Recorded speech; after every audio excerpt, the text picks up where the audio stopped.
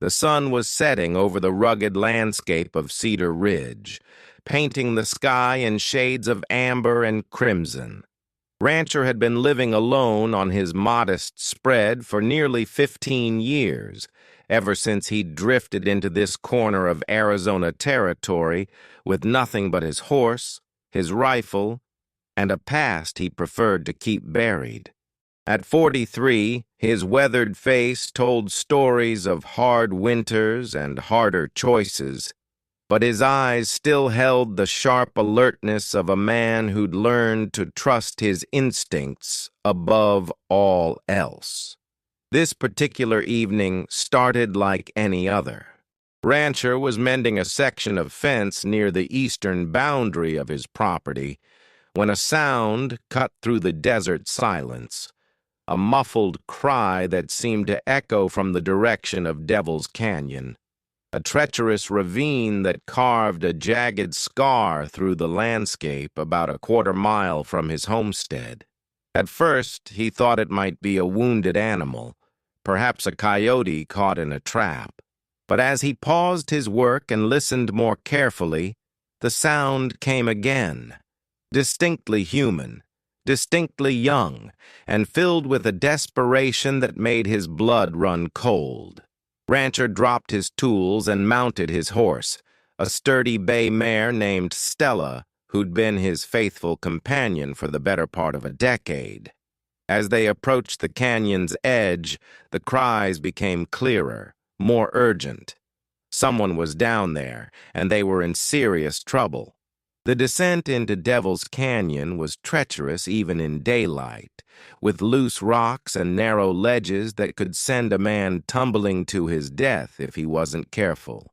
But Rancher had explored these badlands extensively during his years of solitude, and he knew the safest path down. What he found at the bottom of the ravine would haunt him for the rest of his days. Chained to a massive boulder, barely visible in the gathering dusk, was a boy who couldn't have been more than 12 years old. The child's clothes were torn and dirty, his face streaked with tears and dust. Heavy iron shackles bound his wrists and ankles, connected by chains that had been secured to the rock with a padlock that looked far too sophisticated for any casual restraint. "Please," the boy whispered when he saw Rancher approaching. "Please don't hurt me. I haven't done anything wrong." The fear in the child's voice was absolute, the kind of terror that spoke of prolonged suffering and repeated betrayal. Rancher felt something twist in his chest, a protective instinct he hadn't felt since his own childhood, when he'd been powerless to help those who needed it most. "Easy there, son," Rancher said, keeping his voice low and calm as he examined the chains. "I'm not here to hurt you. I'm going to get you out of this." The boy's name was Timothy, he learned, though everyone in town called him Tim. He'd been missing for 3 days, according to his stammered explanation, though he seemed confused about exactly how he'd ended up chained in the canyon. What struck Rancher most was the boy's immediate assumption that any adult who found him would mean him harm, a reaction that spoke of systematic abuse rather than a simple kidnapping. The chains were another puzzle entirely. They weren't the crude restraints a desperate criminal might cobble together in haste. These were professionally made shackles, the kind used in prisons or by law enforcement. Someone had planned this carefully, had access to specialized equipment, and had chosen this remote location with deliberate precision. It took Rancher nearly an hour to break the chains, using a combination of his rifle butt and some strategically placed rocks. By the time he freed Timothy, full darkness had fallen, and the boy was shivering from cold and shock. "We need to get you back to town," Rancher said, wrapping the child in his own coat. "Your family must be worried sick." But Timothy's reaction was immediate and violent. He grabbed Rancher's arm with surprising strength, his eyes wide with panic. "No!" he gasped. "You can't take me back there. They'll just put me somewhere worse. Please, mister, you don't understand. They don't want me back." The desperation in the boy's voice gave Rancher pause. In his experience, children didn't develop that kind of fear without cause. But the alternative, keeping a missing child from returning home, went against every instinct he had about right and wrong. "Who's they, son?" Rancher asked gently. "Who doesn't want you back?" Timothy's answer would be the first piece of a puzzle that would challenge everything Rancher thought he knew about the quiet town of Cedar Ridge. "Everyone," the boy whispered. "The whole town. They think I'm cursed. They think I bring bad luck to everyone around me." As they made their way out of the canyon, Timothy began to tell his story in halting, frightened whispers. 3 months ago, his parents had died in a house fire that had also claimed 2 neighboring families. Timothy had been the only survivor, found unconscious but unharmed in the middle of the burned wreckage. Since then, a series of accidents and misfortunes had befallen anyone who tried to help him. Broken bones, failed crops, sick livestock, and financial ruin. The townspeople, led by the influential banker Marcus Whitmore and backed by the local preacher, Reverend Caldwell, had declared Timothy a harbinger of doom. They'd tried sending him to relatives in other towns, but each placement had ended in disaster. Finally, faced with mounting pressure and their own growing fears, the town council had made a decision that would have been unthinkable in any civilized society. They'd decided Timothy needed to be removed from the community permanently. "They drew lots," Timothy said, his voice barely audible above the wind, "to see who would take me out to the canyon. Mr. Henderson drew the short straw. He said he was sorry, but it was for the good of everyone. He said maybe if I stayed out here long enough, the curse would leave me and I could come back." Rancher felt a cold fury building in his chest.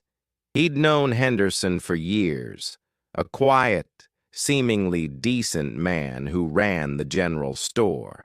The idea that he could chain a child to a rock and leave him to die was almost incomprehensible.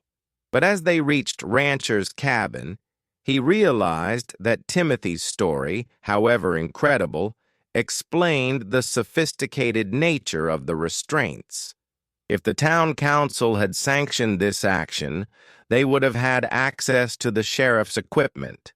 They would have planned it carefully, chosen a location where the boy's cries wouldn't be heard, and convinced themselves they were doing the right thing for the greater good. As Rancher settled Timothy by his fireplace and prepared a simple meal, he found himself facing a moral dilemma that would define the rest of his life. He could return the boy to town and demand answers, but that would likely result in Timothy being removed again, perhaps to somewhere even more remote. He could try to take the boy away from Cedar Ridge entirely, but that would make him a kidnapper in the eyes of the law. Or he could do what his conscience demanded and fight for justice, even if it meant standing alone against an entire community that had convinced itself that sacrificing one innocent child was acceptable for the greater good. Outside, the wind howled through the canyon where Timothy had been left to die, carrying with it the promise of a storm that would test more than just the weather. As Rancher watched the boy sleep fitfully by the fire, he made a decision that would change both their lives forever. Tomorrow, he would ride into Cedar Ridge and demand answers. And if he didn't like what he heard, he would make sure the whole territory knew what kind of people lived in this supposedly God-fearing community. The secret behind Timothy's chains was darker than anything Rancher could have imagined, and uncovering it would require more courage than he'd ever needed in his solitary life. But as he looked at the sleeping child, innocent, vulnerable, and utterly alone in the world. He knew there was no choice to be made. Some fights were worth having, even if you had to fight them alone. Dawn broke gray and threatening over Cedar Ridge as Rancher prepared for what he knew would be the most important confrontation of his life. Timothy had awakened several times during the night, crying out from nightmares that spoke of deeper trauma than just his recent ordeal in the canyon. Each time, Rancher had comforted the boy as best he could, but it was clear that Timothy's wounds went far beyond the physical marks left by the chains. Over breakfast, Rancher tried to coax more details from Timothy about the events leading up to his abandonment. What he learned painted an even darker picture of Cedar Ridge than he'd imagined. It started right after the fire, Timothy explained, picking at the eggs and bacon Rancher had prepared. At first, people felt sorry for me. Mrs. Patterson took me in, said she'd care for me like her own son. But then her husband fell off their roof while fixing shingles and broke his back. The doctor said he'd never walk again. Timothy's voice grew smaller as he continued. Then the Johnsons said they'd take me. Their prize bull got sick and died 3 days later. Cost them their whole breeding program. After that, the Reverend said maybe I should stay at the church, but then the bell tower got struck by lightning and burned down. Each incident, taken alone, could have been explained as coincidence or bad luck, but in a small, superstitious community already on edge from the devastating fire that had killed Timothy's family, the pattern had taken on a sinister significance. Mr. Whitmore called a town meeting, Timothy said, tears beginning to flow again.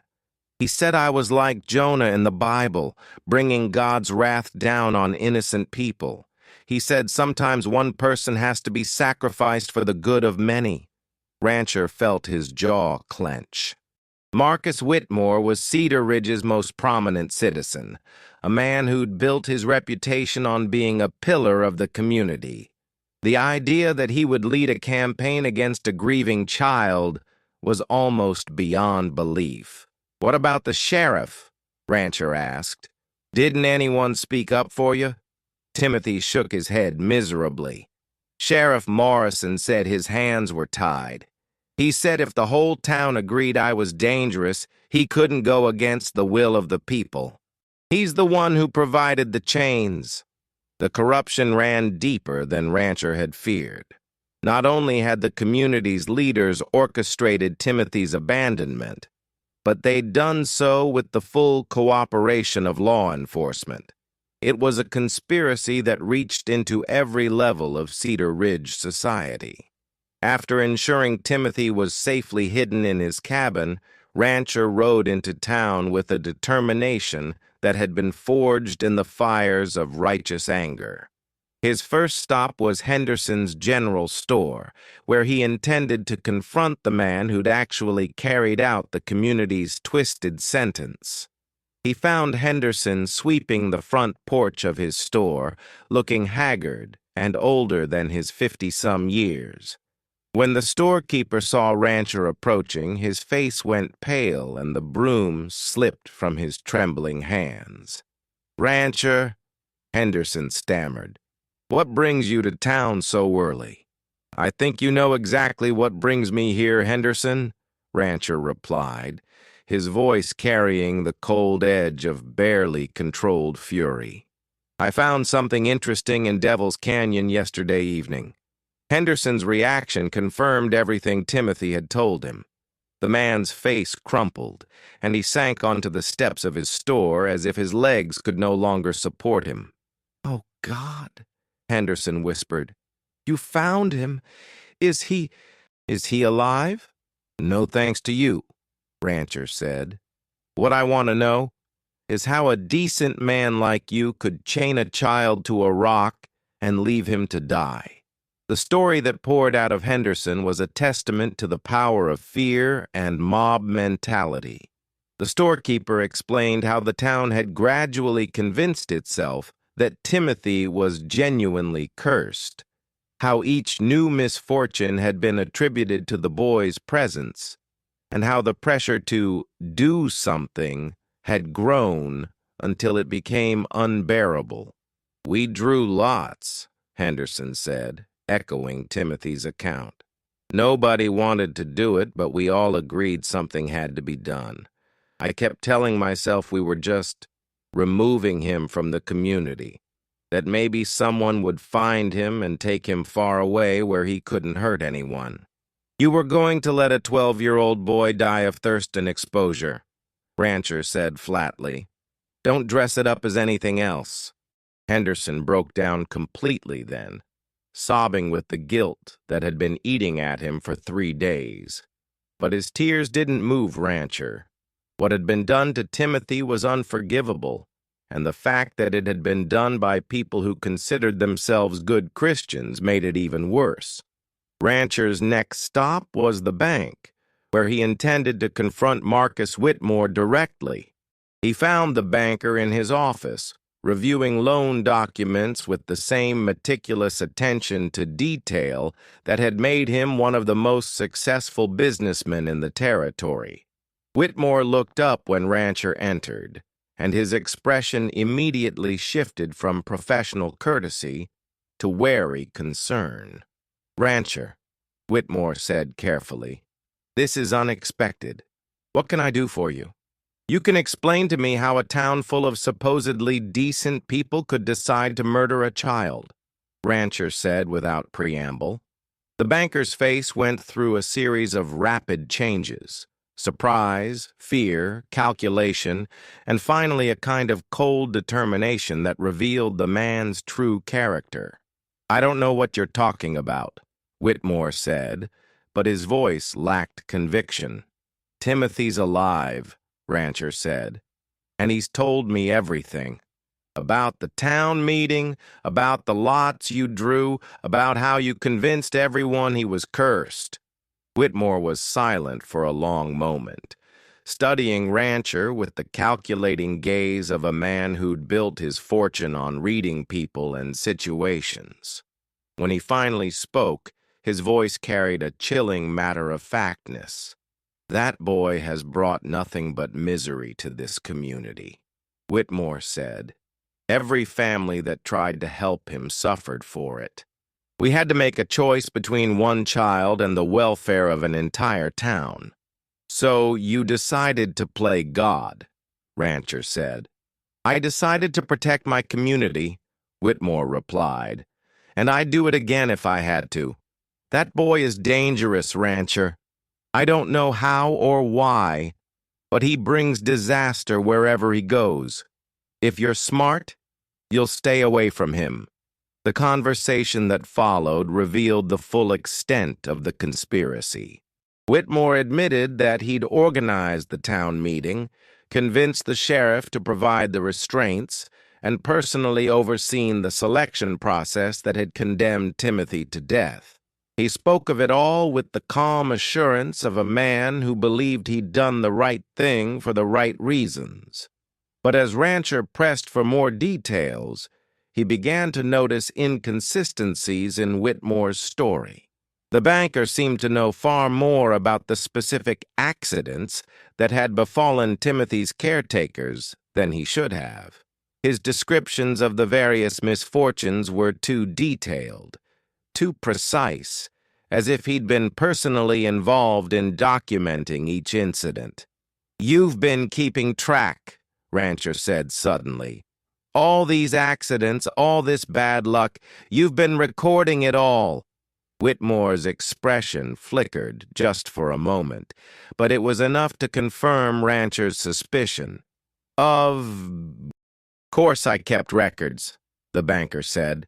"When something threatens the community, it's important to document the evidence." But Rancher was beginning to suspect there was more to it than that.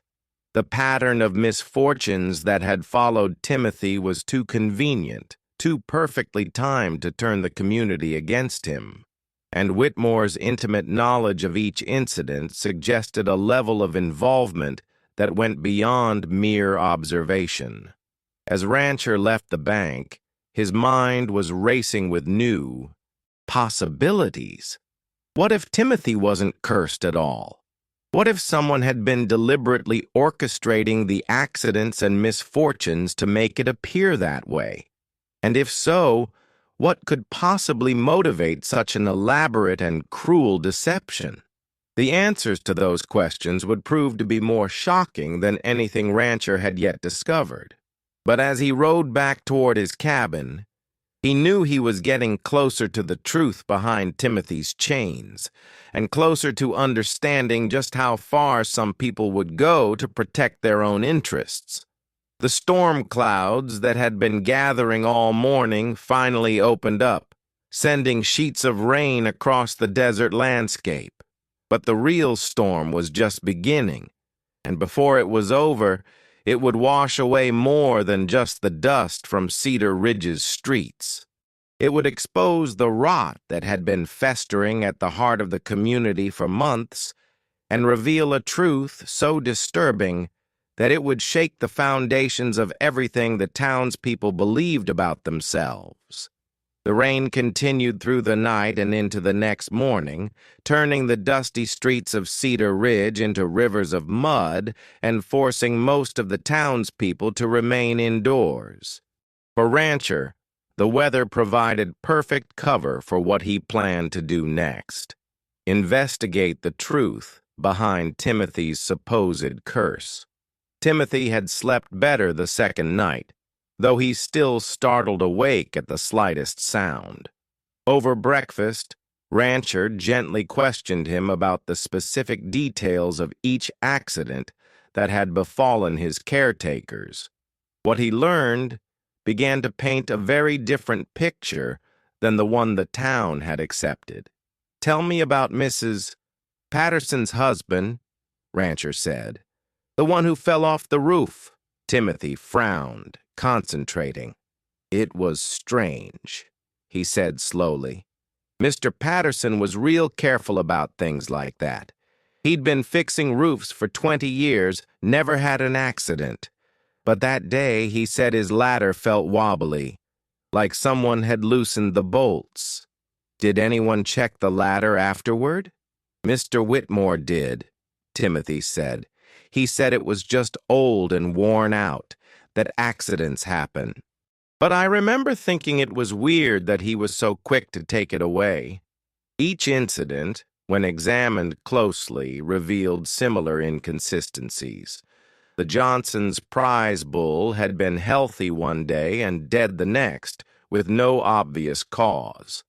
The lightning strike that destroyed the church bell tower had occurred on a clear night with no other signs of a storm. The pattern wasn't one of supernatural misfortune. It was one of deliberate sabotage. Rancher's suspicions were confirmed when he rode into town that afternoon and made a careful examination of the areas where the various accidents had occurred. At the Patterson house, he found scratches on the ladder mounting brackets that suggested they'd been deliberately tampered with. Behind the Johnson ranch, he discovered the remains of what looked like poisoned feed, carefully hidden where no one would think to look. But it was his visit to the burned remains of the church bell tower that provided the most damning evidence. Hidden in the debris, he found fragments of what appeared to be a primitive explosive device. Not lightning damage at all, but the result of a carefully planned demolition. Someone had been systematically destroying the lives of anyone who tried to help Timothy, creating the illusion of a supernatural curse to turn the community against the boy. But who would go to such elaborate lengths, and why? The answer came to him as he was examining the bank records that Whitmore had carelessly left visible during their confrontation the day before. Among the loan documents, Rancher had glimpsed something that hadn't made sense at the time: a property deed for the land where Timothy's family had lived. Racing back to the county recorder's office, Rancher discovered a truth that made his blood run cold. The land where Timothy's family had died in the fire wasn't just valuable. It was sitting on top of what geological surveys suggested might be one of the richest silver deposits in the territory. And according to the legal documents, Timothy was the sole heir to that property. Marcus Whitmore had been quietly buying up the surrounding land for months, positioning himself to profit enormously from any mining operation. But he couldn't move forward as long as Timothy owned the central parcel. The boy's death would leave the property in legal limbo, eventually allowing Whitmore to claim it through various legal maneuvers. The fire that had killed Timothy's parents hadn't been an accident. It had been murder, designed to clear the way for Whitmore's scheme. When Timothy had survived, the banker had been forced to find another way to eliminate the boy without arousing suspicion. The fake curse had been the perfect solution, allowing the community to do Whitmore's dirty work while believing they were protecting themselves. But Rancher's investigation had revealed more than just Whitmore's motive.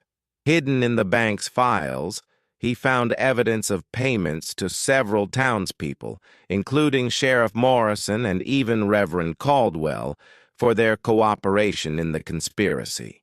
The corruption ran deeper than he'd imagined, involving nearly every authority figure in Cedar Ridge.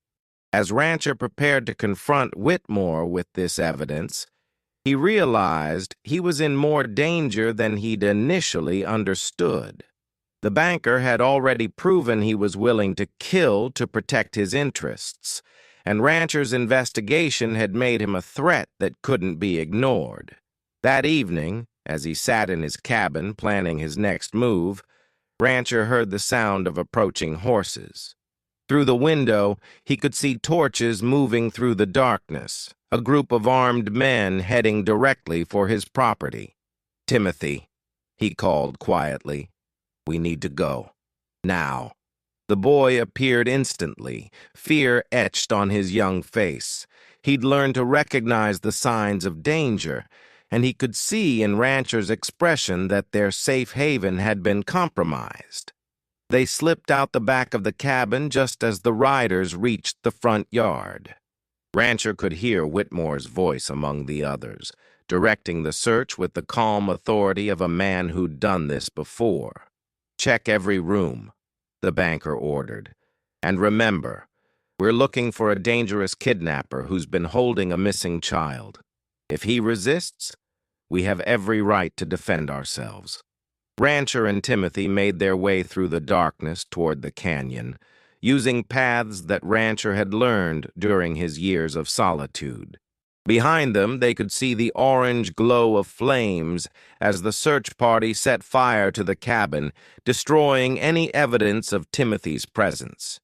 As they reached the safety of the canyon's depths, Rancher realized that Whitmore had outmaneuvered him.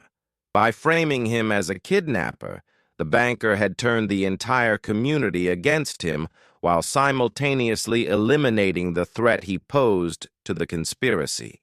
But Rancher wasn't finished yet. He still had the evidence he'd gathered, and he knew there were people outside of Cedar Ridge who would listen to the truth.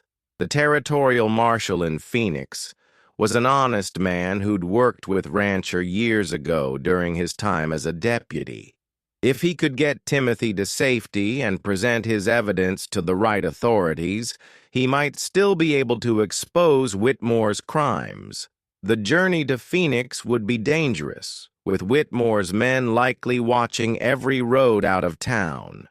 But as Rancher looked at Timothy, brave, resilient, and utterly dependent on him for protection, he knew there was no choice to be made. "We're going to end this," he told the boy as they settled into a hidden cave to wait out the night. "I promise you, we're going to make sure everyone knows the truth about what happened here." Timothy nodded, his young face set with a determination that reminded Rancher of himself at that age. The boy had been through more trauma than most adults could handle, but he hadn't been broken by it. If anything, the ordeal had revealed a strength of character that would serve him well in the battles ahead. As dawn approached, Rancher began to formulate a plan that would require all of his skills and experience. He would have to outthink and outmaneuver men who had the advantage of numbers and local support. But he had something they didn't: the absolute certainty that he was fighting for justice. The secret behind Timothy's chains was finally clear, but exposing it would require one final, desperate gamble. And if Rancher failed, both he and Timothy would pay the ultimate price for their knowledge of the truth.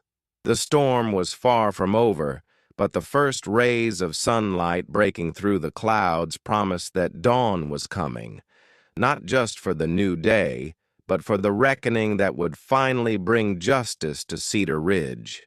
The Territorial Marshal's office in Phoenix was a modest adobe building that had seen better days, but to Rancher and Timothy, it represented their last hope for justice.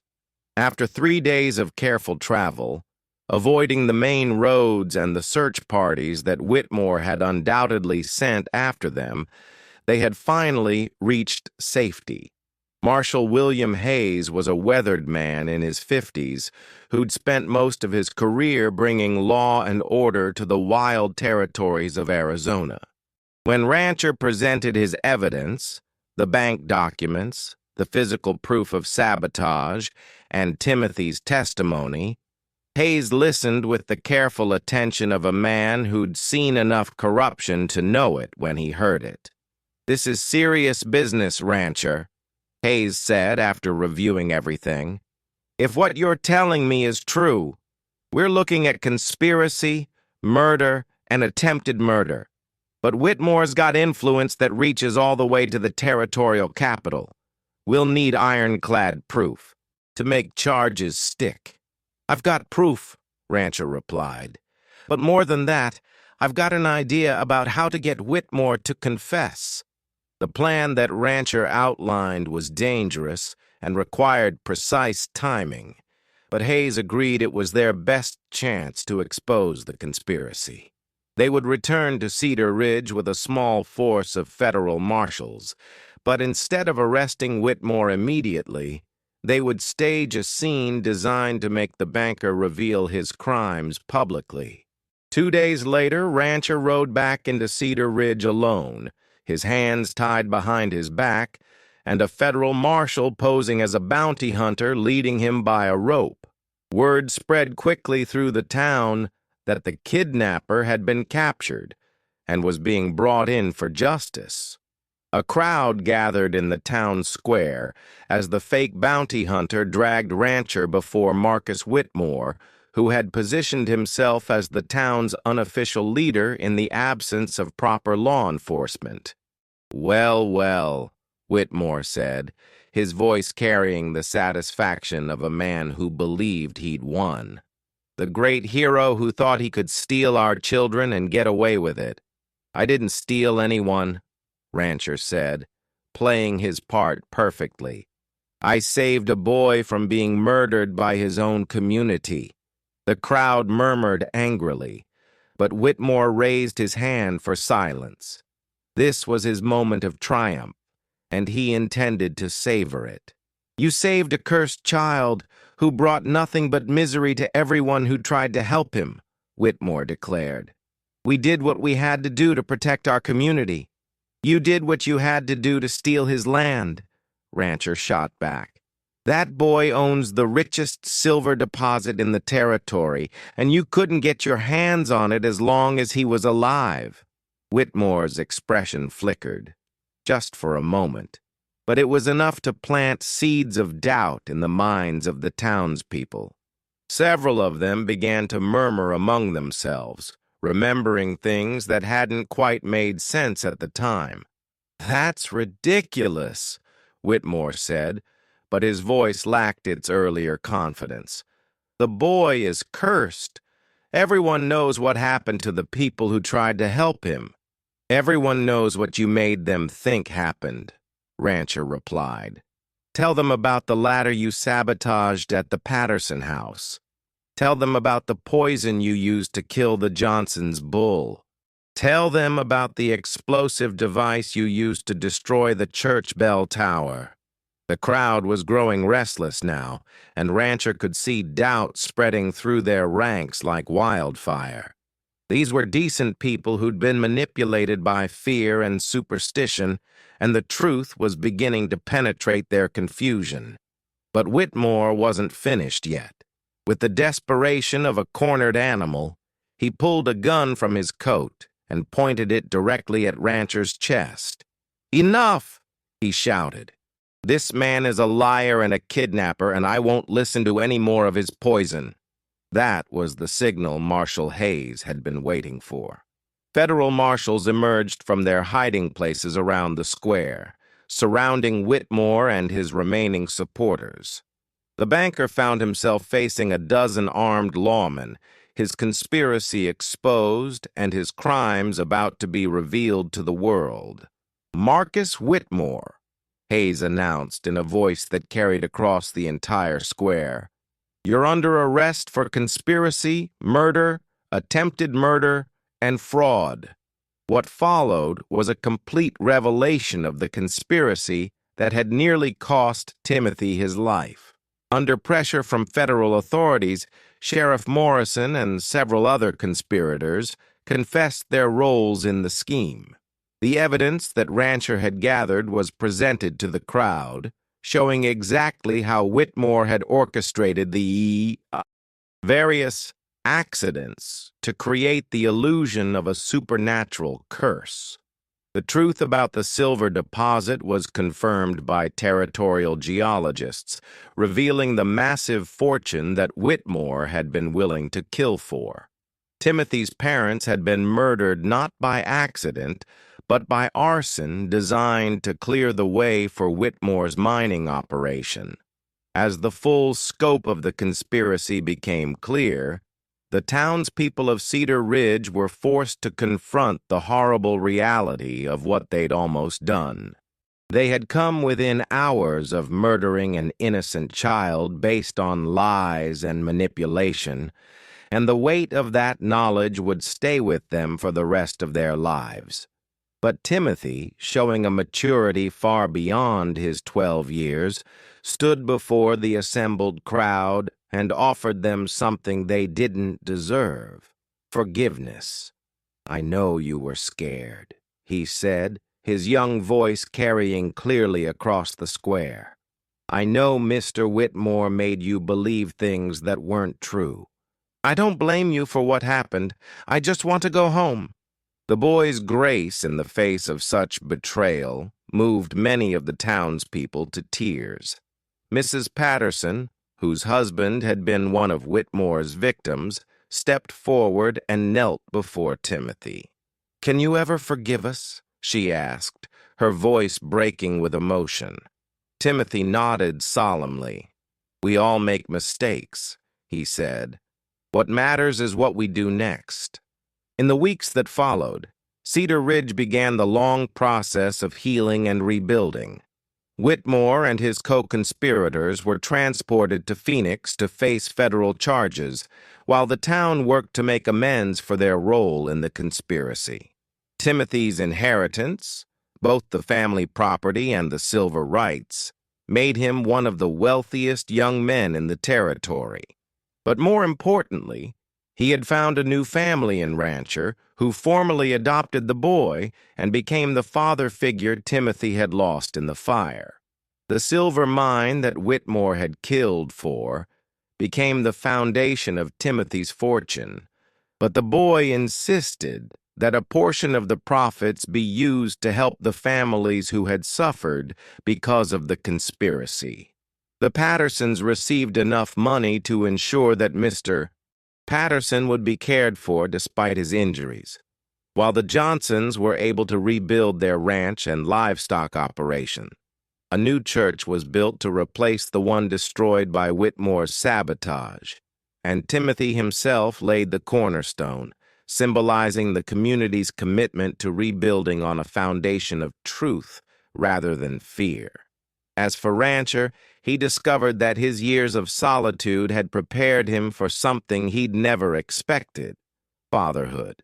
Timothy brought joy and purpose to his life that he'd never thought possible, while Rancher provided the stability and protection that the boy needed to heal from his trauma.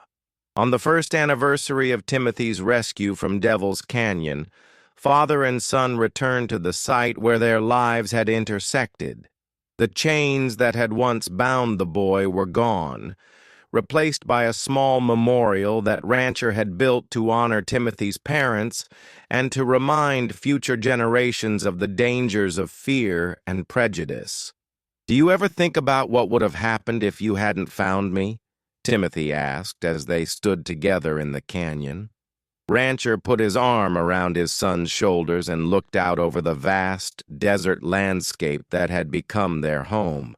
"I think about it every day," he said. "But I also think about what did happen, how one person's courage to do the right thing can change everything, how families can be found in the most unexpected places, how justice, even when it's delayed, always finds a way to prevail." Timothy nodded, understanding the deeper meaning behind his father's words. They had both been changed by their experience. The lonely cowman had found a son, and the abandoned boy had found a father. Together, they had faced down an entire community's fear and prejudice and emerged stronger for it. As they rode back toward their ranch, the setting sun painted the sky in brilliant shades of gold and crimson. Behind them, Devil's Canyon stood empty and silent, its secrets finally revealed and its shadows dispelled by the light of truth. The secret behind Timothy's chains had been darker than anyone could have imagined, but it had also revealed the power of one person's willingness to stand up for what's right, even when standing alone. In the end, that courage had not only saved a boy's life, it had redeemed an entire community and created a family bound not by blood, but by love, loyalty, and the unshakable conviction that every child deserves protection and care. The loner cowman had found his purpose, the abandoned boy had found his home, and Cedar Ridge had learned that sometimes the greatest curse of all is the willingness to sacrifice innocence for the illusion of safety. But they had also learned that redemption is always possible, as long as there are people willing to fight for justice, no matter the cost. And in the growing twilight of the Arizona desert, that lesson would endure long after the last echoes of their story had faded into legend. Hello, how are you? Did you enjoy the story? Like, share, comment on which city you're watching from, and subscribe to the channel to help us continue adding new amazing videos. Thank you very much, and come back often.